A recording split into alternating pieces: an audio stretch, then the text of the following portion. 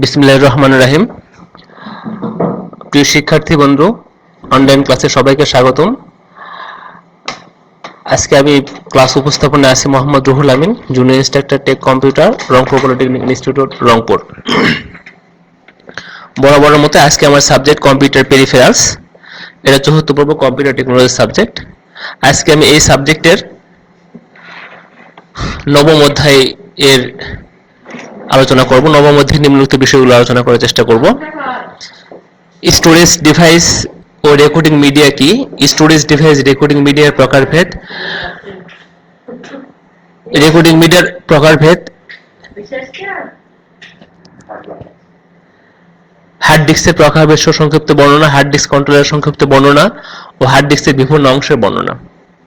আমি এখানে ছবিতে বিভিন্ন ধরনের, আমরা কম্পিউটার সিস্টেমে যত ধরনের স্টোরেজ ডিভাইস ব্যবহার করি আমি মোটামুটি সবগুলো দেখানোর চেষ্টা করছি। Flash, floppy disk, zip drive, CD, read drive, DVD, storage tape ইত্যাদি। তো আজকে আমরা মূলত এই অধ্যায়ে আছে হার্ড ডিস্ক এবং অপটিক্যাল ডিস্ক। এই হার্ড ডিস্ক এবং অপটিক্যাল ডিস্কের মধ্যে থেকে আমি হার্ড ডিস্ক নিয়ে আলোচনা করার চেষ্টা করব।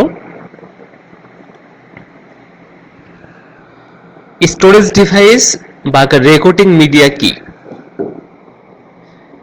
কম্পিউটারে সব ধরনের কার্যক্রম সম্পাদনের জন্য ডাটা বা ইনফরমেশনকে প্রসেস করতে হয়, আর এই প্রসেসিং এর পূর্বে বা পরে স্থায়ী বা অস্থায়ীভাবে ডাটা বা ইনফরমেশন সংরক্ষণের জন্য যে সকল ডিভাইস ব্যবহার করা হয় সেই ডিভাইস সমূহকে স্টোরেজ ডিভাইস বা রেকর্ডিং মিডিয়া বলে। এই সকল স্টোরেজ ডিভাইস ব্যবহার, অবস্থান, কার্যক্রম ইত্যাদির উপর ভিত্তি করে এদেরকে বিভিন্নভাবে ভাগ করা হয়েছে। অর্থাৎ একটা স্টোরেজ ডিভাইস কোথায় ব্যবহার হয়, কি কাজে ব্যবহার হয় ইত্যাদির উপর ভিত্তি করে এদেরকে বিভিন্নভাবে ভাগ করা হয়েছে। আমি এখানে ইমেজে বিভিন্ন ধরনের স্টোরেজ ডিভাইস দেখানোর চেষ্টা করছি। Hard disk, RAM, ROM, CD, DVD, floppy disk, memory, pen drive, tape ইত্যাদি। এখন আমরা দেখি এদের ক্লাসিফিকেশন দেখার চেষ্টা করি।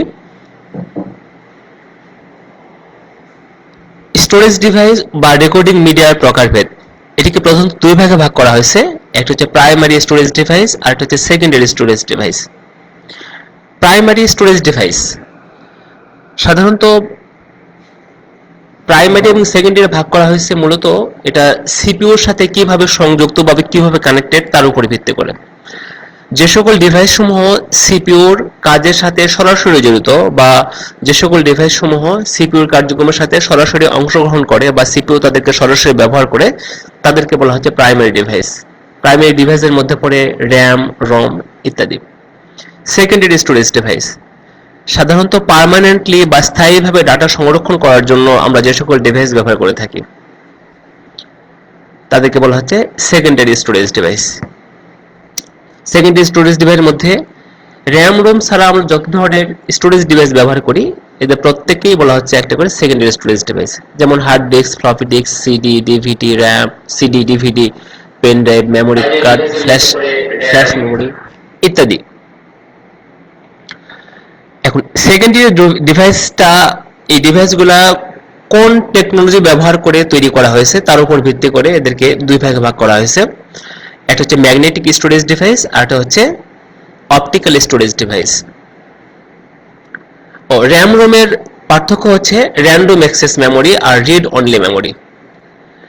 রোমটা আমাদের মাদারবোর্ডে পার্মানেন্ট থাকে, এটা যখন মাদারবোর্ড ডিজাইন করা হয় তখনই এই রোমটা বসে দেওয়া হয়, আর র্যামটা ইউজার তার পছন্দ মতো এটা চুজ করে নিতে পারে বা পছন্দ মতো লাগাতে পারে। এই দুটোই primary memory. Magnetic R optical storage ডিভাইসের মধ্যে পার্থক্য হচ্ছে ম্যাগনেটিক স্টোরেজ ডিভাইসে সাধারণত ম্যাগনেটিক টেকনোলজি ব্যবহার করে, ম্যাগনেটিক ফিল্ড ব্যবহার করে আমরা ডাটা সমূহ সংরক্ষণ করে থাকি। আর অপটিক্যাল স্টোরেজ ডিভাইসে আমরা আলোক শক্তি ব্যবহার করে ডাটা সমূহ স্টোর বা সংরক্ষণ করে থাকি। এটা হচ্ছে ম্যাগনেটিক এবং অপটিক্যাল স্টোরেজ ডিভাইসের মধ্যে মৌলিক পার্থক্য। ম্যাগনেটিক স্টোরেজ ডিভাইসকে আবার তিন ভাগে ভাগ করা হয়েছে। ম্যাগনেটিক ড্রাম, এই যে ড্রামটা তোমরা দেখতে পাচ্ছ পুরোটা এটা ম্যাগনেটিক ড্রাম। এই ড্রামের উপরে এই যে বিভিন্ন হেড দেখতে পাচ্ছ, হেডের মাধ্যমে আমরা ডাটা রিড বা রাইট এর কাজ সম্পন্ন করে থাকি। ম্যাগনেটিক টেপ, এটাকে দুই ভাগে ভাগ করা হয়েছে, স্টার্ট অবলিক স্টপ টেপ এবং স্ট্রিম টেপ। এগুলো হচ্ছে ম্যাগনেটিক টেপ। ম্যাগনেটিক ডিস্কটাকে দুই ভাগে ভাগ করা হয়েছে, একটা হার্ড ডিস্ক আর একটা হচ্ছে ফ্লপি ডিস্ক। অপটিক্যাল বা লেজার ডিস্ক স্টোরেজ ডিভাইসেস, সাধারণত আলোক শক্তি ব্যবহার করে আমরা ডাটা সংরক্ষণের জন্য যে টেকনোলজি ব্যবহার করে থাকি, যে কৌশল বা পদ্ধতি ব্যবহার করে থাকি, তাকে বলা হচ্ছে অপটিক্যাল অবলিক লেজার ডিস্ক। এসবের মধ্যে পড়ে CD ROM, compact disk read only memory. CD ROM আর এটা হচ্ছে রিসামেবল বা রিরাইটেবল, এটা একবারে লেখা যায় এই ডিভাইসগুলোতে। Compact disk read only memory, rewritable one time. CD W R rewritable CD, এখানে বারবার আমরা লিখতে পারি, রাইট করতে পারি। ডিভিডি ডিজিটাল ভিডিও ডিস্ক বা digital versatile disk. DVD ROM এটাও শুধুমাত্র পড়া যায়, এটা ডিভিডি রাইটার, এখানে রিড রাইট দুটাই করা যায়। তারপরে যে লেটেস্ট টেকনোলজি আসছে অপটিক্যাল স্টোরেজ ডিভাইসের, এটা হচ্ছে ব্লুরে ডিস্ক ড্রাইভ। ব্লুরেটাও রাইটেবল এবং রিরাইটেবল। এটা আমরা এসবের বিস্তারিত আমরা ইনশাআল্লাহ আগামী ক্লাসে আলোচনা করব। এখন আমরা দেখব হার্ড ডিস্কের ক্লাসিফিকেশন, এর কাজ কিভাবে, কোন অংশের কি নাম, কোন অংশে কি কাজ করে, আমরা এগুলো দেখার চেষ্টা করব। ডাটা আদান প্রদান পদ্ধতি, ডাটার ধারণ ক্ষমতা ও টেকনোলজির উপর ভিত্তি করে হার্ড ডিস্ককে নিম্নলিখিতভাবে ভাগ করা যায়। এসএমডি স্টোরেজ মডিউল ডিভাইস, আমি এখানে দেখানোর চেষ্টা করছি। ATA advance technology attachment, SATA serial advance technology attachment, স্ক্যাজি small computer set interface, solid state এবং external hard disk. SASI Shugart associated system interface, স্ক্যাজি small computer interface system, ESDI enhance small disk interface, PATA parallel advance technology attachment, SATA serial advance technology attachment, SAS serial attached, স্ক্যাজি। এদের মধ্যে সর্বাধিক ব্যবহৃত hard disk সমূহ আমরা সম্বন্ধে আমরা জানার চেষ্টা করব। IDE হার্ড ডিস্ক ড্রাইভ, এটি কম্পিউটার সিস্টেমে প্রথমের দিকে হার্ড ডিস্ক ড্রাইভ। এখানে পাটা প্যারালাল অ্যাডভান্স টেকনোলজি অ্যাটাচমেন্ট পদ্ধতি ব্যবহার করে কম্পিউটারের সাথে ডাটা আদান প্রদান করে। এই ধরনের টেকনোলজিকে বলা হয় IDE ইন্টিগ্রেটেড ড্রাইভ ইলেকট্রনিক্স, যার পরবর্তী সংস্করণ EIDE enhance integrated drive electronics. এই ধরনের হার্ড ডিস্ক ড্রাইভের ডাটা ধারণ ক্ষমতা 10 জিবি হতে 320 জিবি পর্যন্ত হয়ে থাকে। এখানে ডাটা আদান প্রদানের জন্য 40 পিনের প্যারালাল ওয়্যার ব্যবহার করা হয়। যেহেতু প্যারালালে ডাটা আদান প্রদান করে থাকে, এই জন্য এটাকে বলা হচ্ছে পাটা বা প্যারালাল অ্যাডভান্স টেকনোলজি অ্যাটাচমেন্ট। এখানে data transfer rate 133 MBPS, 133 megabyte per second. একাধিক হার্ড ডিস্ক ড্রাইভ ব্যবহারের ক্ষেত্রে জাম্পার পিন ব্যবহার করা হয় এবং পাটা ড্রাইভের জন্য পাওয়ার সাপ্লাই +5 ভোল্টের প্রয়োজন হয়। আমি এখানে আইডি বা পাটা হার্ড ডিস্ক দেখানোর চেষ্টা করছি। এখানে হচ্ছে 40 পিনের ডাটা পোর্ট। এখানে আমাদের 6টা পিন আছে জাম্পার সেটিং এর জন্য। জাম্পার সেটিং কখন ব্যবহার করি? আমরা যখন একটা পিসিতে আমরা একাধিক হার্ড ডিস্ক ব্যবহার করব, সেক্ষেত্রে একটা হার্ড ডিস্ককে মাস্টার্স, একটাকে স্লেভ হিসেবে ব্যবহার করতে হয়। এই মূলত মাস্টার স্লেভকে চিহ্নিত করার জন্য বা মাস্টার স্লেভকে আইডেন্টি করার জন্য আমরা জাম্পারটা ব্যবহার করে থাকি।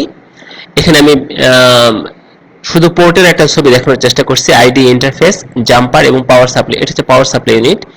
এবং পিসি থেকে হার্ড ডিস্কে ডাটা আদান প্রদান করার জন্য আমরা এই পাটা কেবলটা ব্যবহার করে থাকি। এটা মূলত 40 পিনের একটি প্যারালাল কেবল। এরপর দেখি আমরা সাতা। সাতাটা হচ্ছে জাস্ট পাটার অ্যাডভান্স টেকনোলজি। পাটার পরে যেটা আসছে এটা হচ্ছে সাতা সিরিয়াল অ্যাডভান্স টেকনোলজি অ্যাটাচমেন্ট। এই হার্ড ডিস্ক ড্রাইভে সিরিয়াল পোর্টের মাধ্যমে কম্পিউটারের সাথে ডাটা আদান প্রদান করে।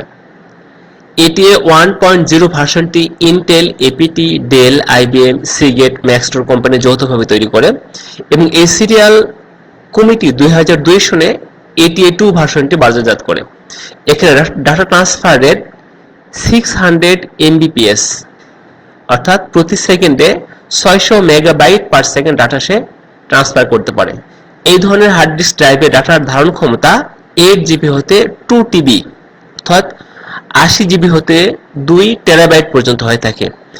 এখানে ডাটা ট্রান্সফারের জন্য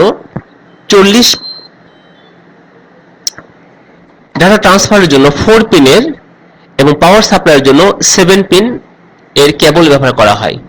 SATA ড্রাইভে সাপ্লাই ভোল্টেজ থাকে 0.25 ভোল্ট, অর্থাৎ SATA টেকনোলজিটা আসছে মূলত প্যারালাল অ্যাডভান্স টেকনোলজির পরে। এখানে দেখানোর চেষ্টা করছি, এটা হচ্ছে ডাটা পোর্ট, পাওয়ার পোর্ট এবং এটা হচ্ছে কেবল সিলেক্টর।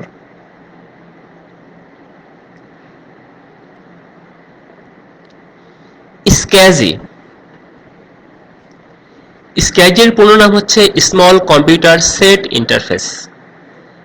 এই ধরনের হার্ড ডিস্কটা সাধারণত ইউজারকারী ব্যবহার করে না। এই হার্ড ডিস্কগুলো ব্যবহার হয় বড় বড় সার্ভারে ডাটা সংরক্ষণ করার কাজে, কারণ এই হার্ড ডিস্কের ডাটা ট্রান্সফার রেটটা অনেক বেশি এবং ডাটা ধারণ ক্ষমতাটা অনেক বেশি। তো দেখি আইডি এবং SATA এর তুলনায় এর ডাটা ধারণ ক্ষমতা এবং ডাটা আদান প্রদানের গতি অনেক বেশি। কম্পিউটারের সাথে ডাটা সংযোগের জন্য স্ক্যাজি ইন্টারফেস কার্ড ব্যবহার করা হয়।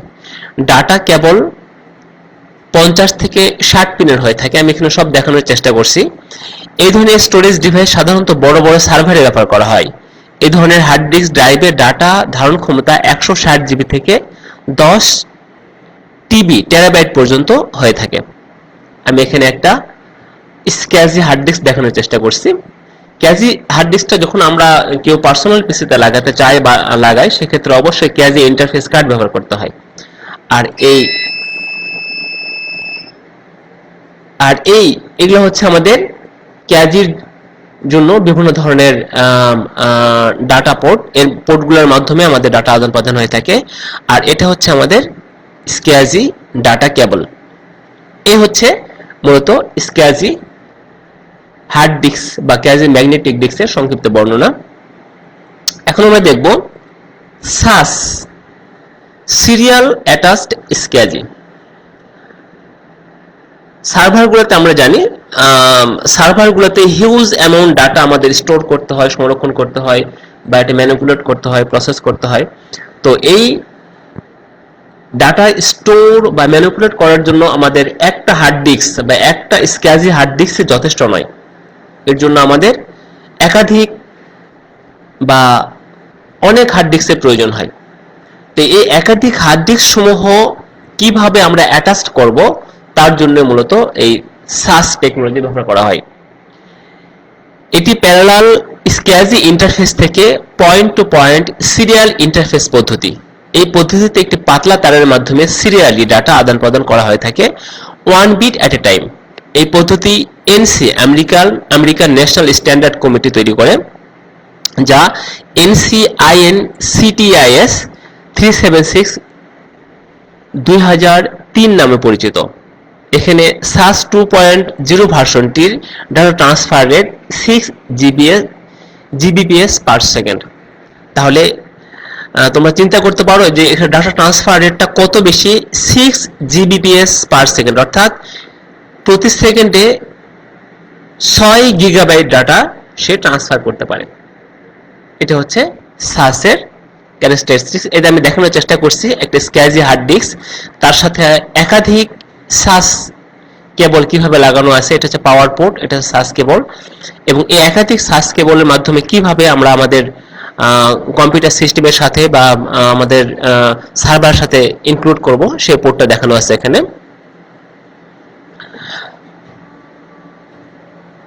এরপর দেখব আমরা SDD, সলিড স্টেট ড্রাইভার্স। এই টেকনোলজি হচ্ছে লেটেস্ট টেকনোলজি।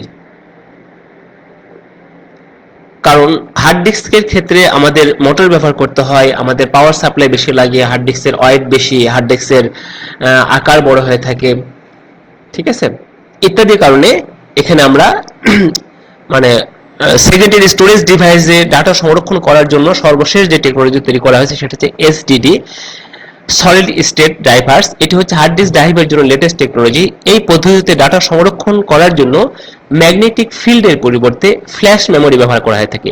যে মেমোরিগুলো আমরা সাধারণত পেন ড্রাইভে, ক্যামেরাতে বা মোবাইল ফোনে ব্যবহার করে থাকি, এগুলো হচ্ছে আমাদের ফ্ল্যাশ মেমোরি। এই মেমোরিগুলো ব্যবহার করা হয়ে থাকে, ফলে এটি আকারে ছোট ও অনেক হালকা হয়ে থাকে এবং এখানে পাওয়ার খরচটা অনেক কমে যায়।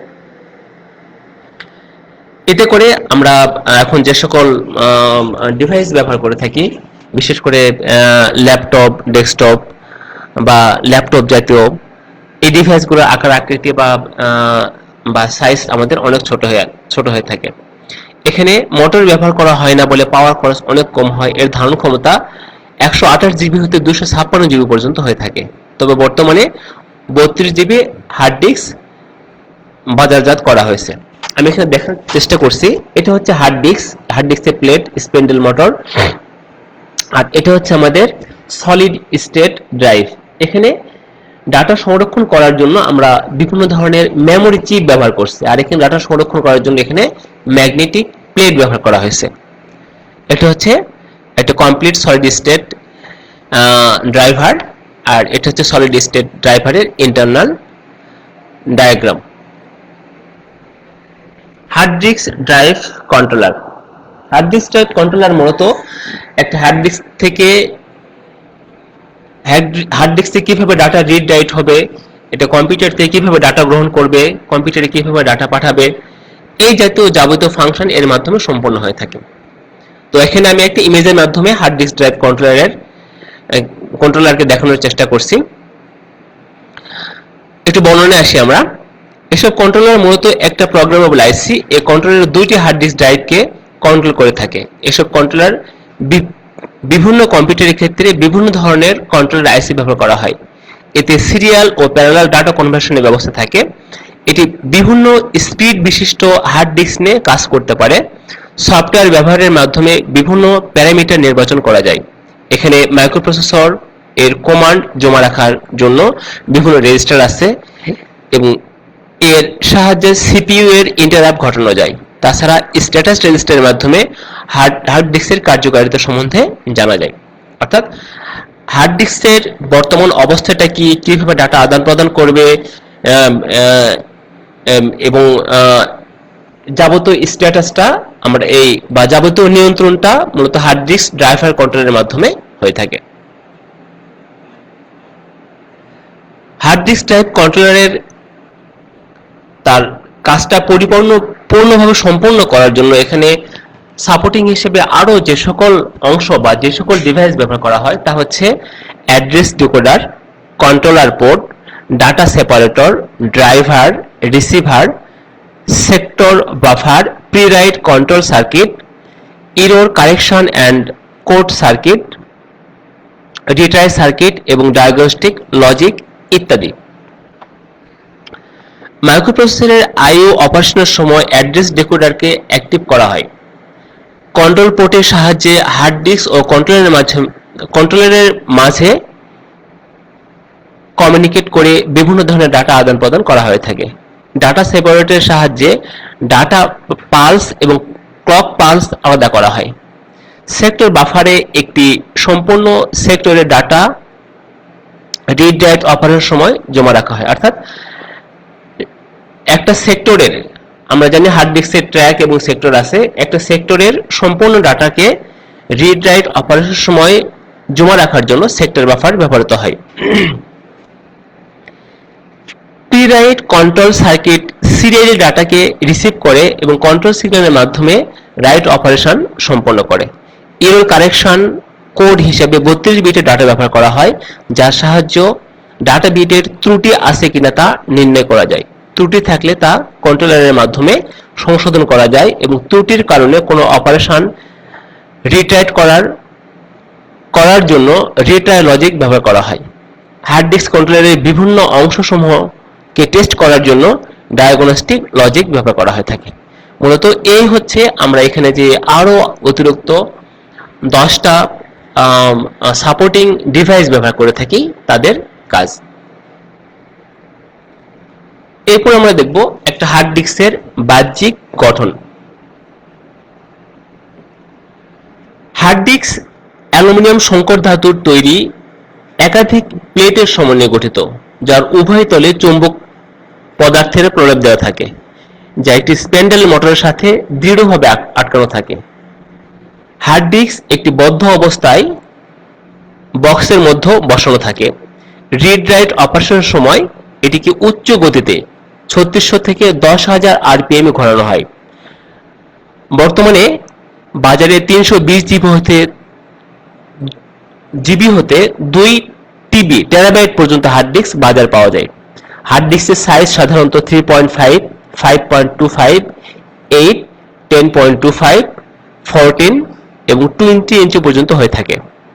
রিড রাইট অপারেশনের সময় হেডগুলিকে চৌম্বক প্রলেপকে স্পর্শ করে না, ফলে চৌম্বক প্রলেপ কোনো ক্ষতিগ্রস্ত হয় না। আমি এখানে একটা হার্ড ডিস্কের ইমেজ দেখানোর চেষ্টা করছি। এটা হচ্ছে অ্যাকচুয়েটর, আমি প্রত্যেকটা বর্ণনা দিছি, তারপর দেখানোর চেষ্টা করছি। এটা মূলত arm head, hard disk read write হেডটাকে কাঙ্ক্ষিত ট্র্যাকে নিয়ে যাওয়ার জন্য ব্যবহৃত হয়। হেড অ্যাকচুয়েটর, এটা হচ্ছে হেড অ্যাকচুয়েটর, যা মূলত হেডটাকে ধারণ করে থাকে। স্প্যান্ডেল মোটর, হার্ড ডিস্কের প্লেটটাকে ঘোরানোর জন্য এই মোটরটা ব্যবহার করা হয়ে থাকে। এটা মূলত এটা সাধারণত 3600 থেকে 10,000 আরপিএম পর্যন্ত ঘোরে। রিড রাইট হেড, হার্ড ডিস্কে কোনো ডাটা রিড এবং রাইট করার জন্য হেডটা ব্যবহার করা হয়। এবং সর্বশেষ আছে লজিক কার্ড বা লজিক বোর্ড, যেটা মূলত সম্পূর্ণ হার্ড ডিস্কের কার্যক্রমকে নিয়ন্ত্রণ করে থাকে। আমি দেখানোর চেষ্টা করছি spindle motor, disk, save file, যে ফাইলটা সংরক্ষণ করা আছে, অ্যাকচুয়েটর, যার সাথে যেটার মাধ্যমে হেডটাকে আমরা মুভ করায় থাকি। এখানে পাওয়ার পোর্ট, এখানে data cable port, power supply, driver configuration port, circuit board, arm, read write head ইত্যাদি। এখন এসবের আমরা সংক্ষিপ্ত বর্ণনা দেখব। এখন ডিস্ক প্লেট, গ্লাস সাবস্ট্রেট বা অ্যালুমিনিয়াম সংকেত ধাতুর একাধিক ডিস্কের সমন্বয়ে গঠিত, যার উপরে উভয় তলে চুম্বক পদার্থের প্রভাব দেওয়া থাকে। ডিস্ক প্লেটের ইনকোডেড এরিয়াতে ডাটা ম্যাগনেটিক্যালি স্টোর করা হয়ে থাকে। ডিস্ক প্লেটের ধারণ ক্ষমতা ম্যাগনেটিক কোর এবং এর ডেনসিটির উপর নির্ভর করে। এটি আবদ্ধ অবস্থায় একটি বক্সের মধ্যে বসানো থাকে। রিড রাইট অপারেশনের সময় এটিকে উচ্চ গতিতে ঘোরানো হয়। আগে জানি আমরা 3600 থেকে 10,000 আরপিএম এ ঘোরানো হয়। এবং ডিস্কের সাইজ সাধারণত এর আগেই জেনেছি আমরা 3.5, 5.25, 8, 10.25, 14 ও 20 ইঞ্চি সাইজের হয়ে থাকে। রিড রাইট অপারেশনের সময় হেড চুম্বক প্রলেপকে স্পর্শ করে না, ফলে চুম্বক প্রলেপ কখনো ক্ষতিগ্রস্ত হয় না। আমি এখানে দেখানোর চেষ্টা করছি, এটা হচ্ছে আমাদের ডাটা সংরক্ষণ করার জন্য ডিস্ক প্লেট বা ম্যাগনেটিক প্লেট। এর আরো ডিটেইলস আমরা পরবর্তী স্লাইডে জানার চেষ্টা করব। অ্যাকচুয়েটর, একটি হার্ড ডিস্কের এক প্রান্তে অ্যাকচুয়েটর হেডের সাথে যুক্ত থাকে এবং ডাটা রিড রাইট করার সময় অ্যাকচুয়েটর আর্ম রিড রাইট হেডকে ডিস্ক প্লেটের নির্দিষ্ট ট্র্যাক বা সেক্টরে মুভ করে।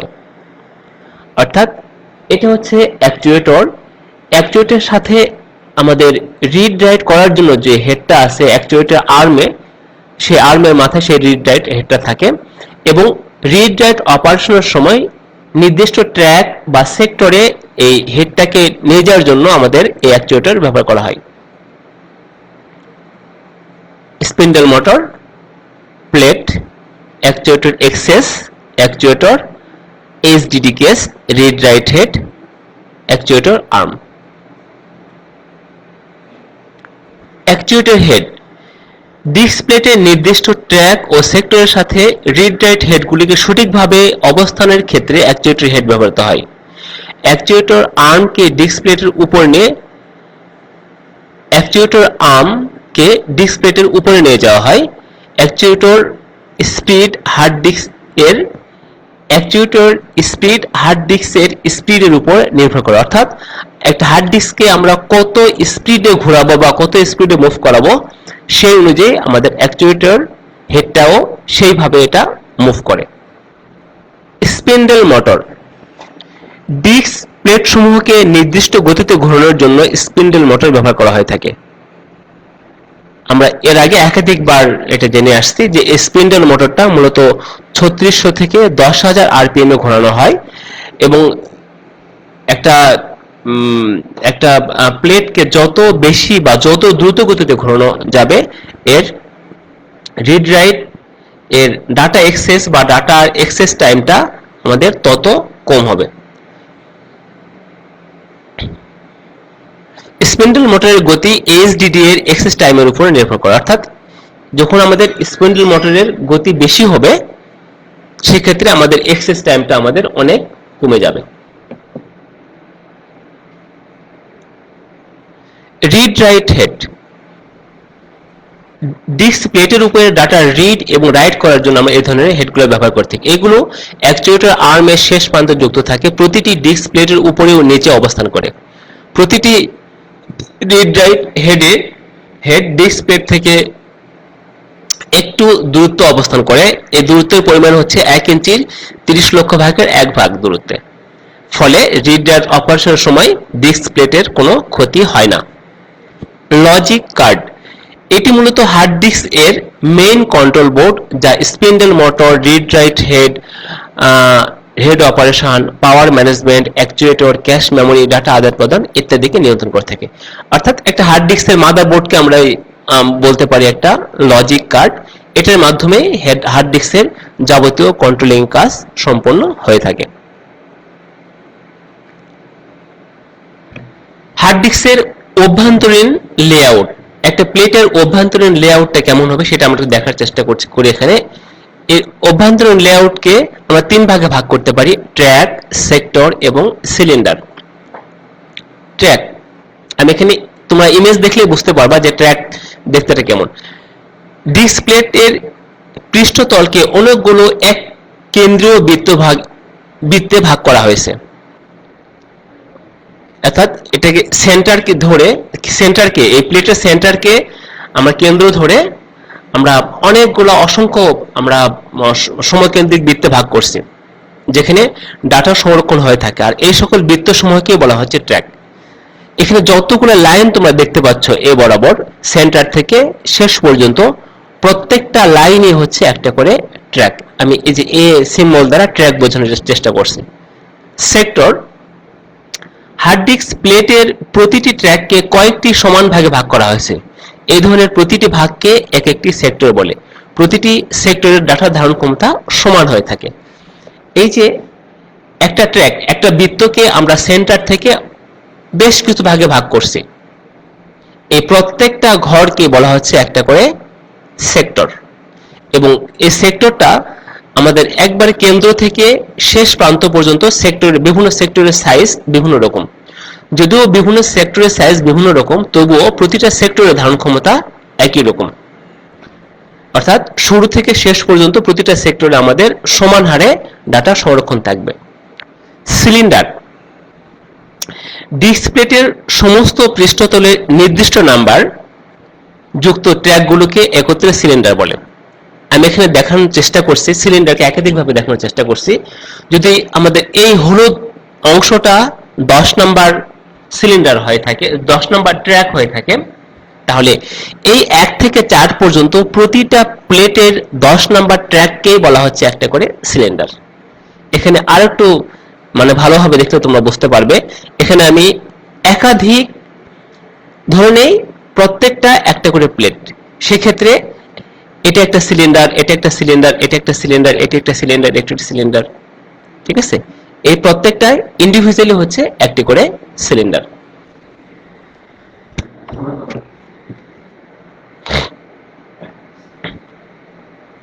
প্রত্যেকটা হচ্ছে একটা করে সিলিন্ডার। তো এই হচ্ছে আমাদের মূলত আজকের আলোচনায় আমরা ম্যাগনেটিক স্টোরেজ ডিভাইস এর হার্ড ডিস্ক নিয়ে বিস্তারিত আলোচনা করার চেষ্টা করছি। এখন এটার বৈশিষ্ট্য দেখি। এটি অ্যালুমিনিয়াম সংকর ধাতুর তৈরি একাধিক স্পিন্ডল মোটর, একাধিক ডিস্ক একটি স্পিন্ডল মোটরের সাথে যুক্ত থাকে। ডাটা সংরক্ষণ করার জন্য ম্যাগনেটিক ফিল্ড ব্যবহার করা হয়ে থাকে। ডিস্কের সাইজ সাধারণত 3.5, 3.25, 8, 10.25, 14 এবং 20 ইঞ্চি হয়ে থাকে। এখানে ডিস্ক এর বিভিন্ন ট্র্যাকে ডাটা জমা রাখা হয়।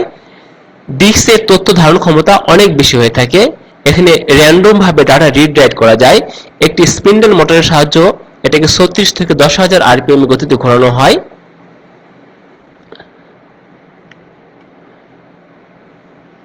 হয়। এটিকে মাদারবোর্ডের সংযোগ দেওয়ার জন্য পাতা বা ছাতা টেকনোলজি ব্যবহার করা হয়ে থাকে এবং এটি ফ্লপি ডিস্কের তুলনায় একটি ব্যয়বহুল। এই হচ্ছে আমরা যে হার্ড ডিস্ক সম্বন্ধে, ম্যাগনেটিক ডিস্ক সম্বন্ধে আলোচনা করলাম তার সংক্ষিপ্ত বৈশিষ্ট্য আর কি।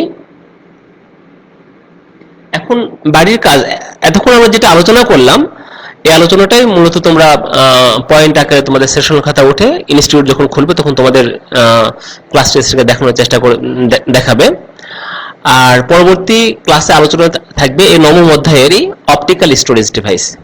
আর তোমরা জানো যে এই ভিডিওটা দেখতে কোথায় যেতে হবে, দক্ষতা বাতায়ন অথবা আমাদের এই ওয়েবসাইট লিংকে।